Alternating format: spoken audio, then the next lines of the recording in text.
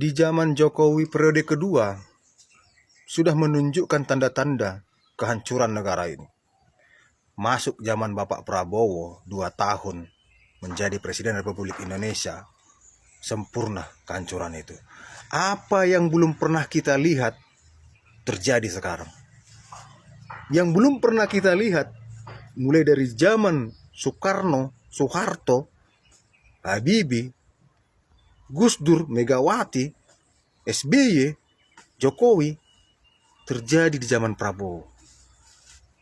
Terjadi. Kita melihat sekarang koruptor bisa main gitar di rumah. Kita melihat sekarang koruptor tidak diborgol. Kita melihat sekarang koruptor bisa memegang borgolnya. Kita melihat sekarang ada barang bukti triliunan tapi tidak ada tersangkanya. Kita sekarang melihat aparat-aparat rangkap-rangkap jabatan, bahkan menjabat jabatan sipil. Dulu kalau kalian tahu, kalau ada dari aparat ingin menjabat jabatan sipil, dia harus mengundurkan diri. Sekarang semua ditabrak aturan itu. Kita harus melihat menteri-menteri ngomong sembarangan. Kita harus melihat menteri-menteri menantang-nantang rakyat. Kita harus melihat DPR RI ngomong sembarangan. Kita harus melihat aparat-aparat bertingkah-tingkah arogan.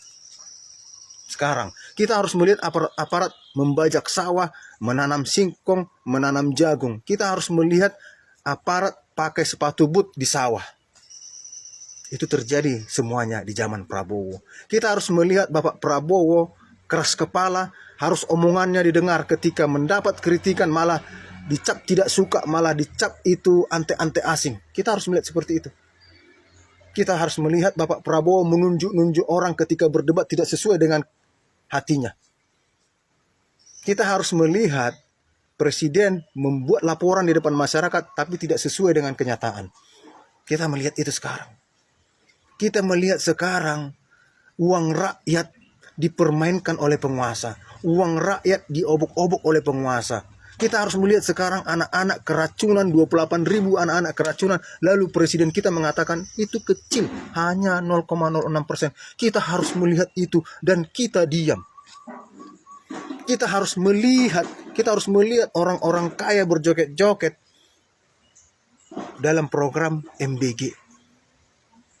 Kita harus melihat anak-anak menangis keracunan. Kita harus melihat ibu-ibu memposting makanan yang tidak layak, tapi pemerintah diam. Kita harus melihat menteri-menteri yang sama sekali tidak punya keahlian di bidangnya, tidak punya pengalaman di bidangnya, bahkan backgroundnya tidak ada hubungannya dengan jabatan yang dijabat sekarang.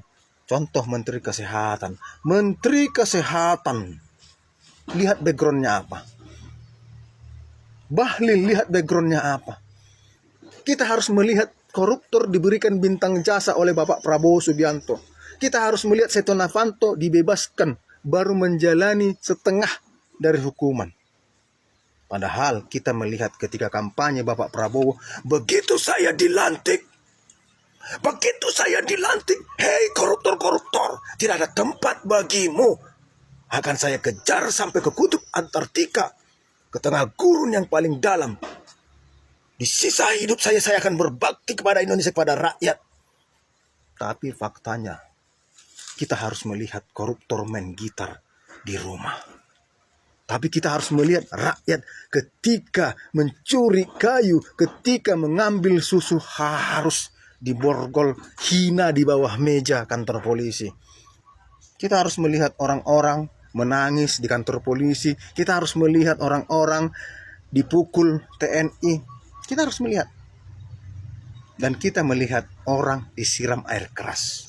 Kita melihat orang tengkorak ditemukan di gedung bekas kebakaran demo Agustus 2025. Kita melihat Presiden kita menangis kepada bangsa lain, penderitaan bangsa lain, tapi dia mengatakan keracunan MBG hanya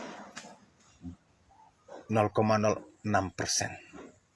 Dan satu lagi, hati-hati dengan wakilnya. Kenapa wakilnya diam saja? Kenapa wakilnya tidak menegur, tidak bersuara? Keracunan MBG, wakilnya tidak bersuara. Tidak pernah memberikan nasihat kepada Presiden.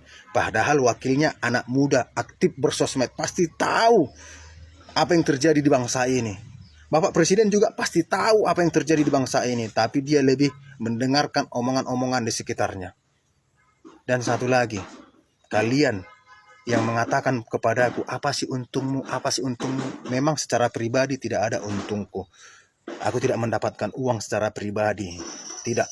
Tapi ingat, kalau saja omonganku ini didengarkan oleh pemerintah sedikit saja, anak-anakmu, anak-anak bangsa Indonesia akan mendapatkan fasilitas terbaik di rumah sakit. Anak-anak bangsa Indonesia akan mendapatkan fasilitas terbaik di rumah sakit. Tidak ditelantarkan, tidak ada busung lapar, tidak ada ditolak di rumah sakit.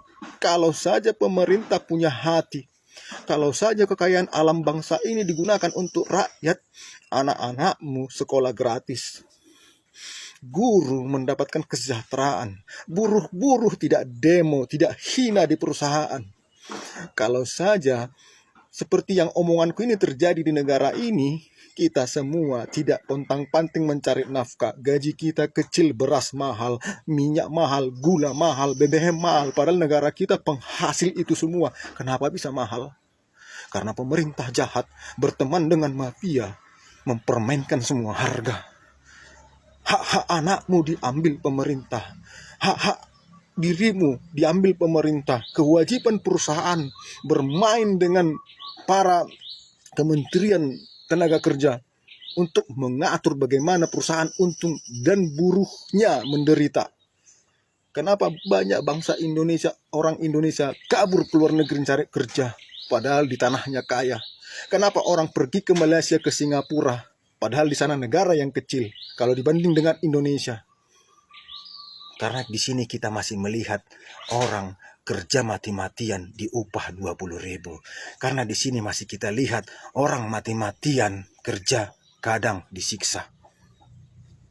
Tapi kita melihat orang-orang yang di pemerintah gajinya kecil tapi hartanya melimpah. Hidupnya mewah. Posting-posting luar negeri. Itu yang membuat hatiku sakit. Melawanlah. Kalau aku lebih milih melawan, aku memilih melawan mati di tanahku daripada aku harus dipermalukan oleh musuh-musuhku seperti Rismon. Awalnya aku juga udah meragukan Rismon, siapa kau? Kenapa kau menghina presiden, menghina Kapolri segala macam, tidak ditangkap? Ternyata ini langkah caturmu. Aku punya firasat. Dan kau sekarang Rismon ditertawakan musuhmu, dan aku tidak mau ditertawakan musuhku. Lebih baik aku mati di tanahku daripada aku harus diborgol atas ucapan-ucapanku ini, atas tindakanku ini. Jadi jangan kalian tanya apa untungnya bagiku. Coba tanya pahlawan-pahlawan kita, apa untungnya mengorbankan nyawanya melawan penjajah? Tidak ada. Tapi dia ingin penjajahan itu dihapuskan dari Indonesia ini. Penjajah itu keluar dari Indonesia ini, bahkan nyawanya dipertaruhkan. Lalu kalian tidak mau bertaruh nyawa untuk mengusir penjajah dari negara ini? Pengecut. Yang paling kusedihkan adalah ketika ada orang, kau begini paling nanti dikasih jabatan. Jangan samakan semua orang. Kalau semua orang sama seperti penjilat-penjilat, tidak akan ada pahlawan nasional. Tidak akan ada. Tidak akan ada pahlawan-pahlawan dari setiap daerah memberontak. Tidak akan ada. Jadi tidak semua orang bisa dibayar dengan uang.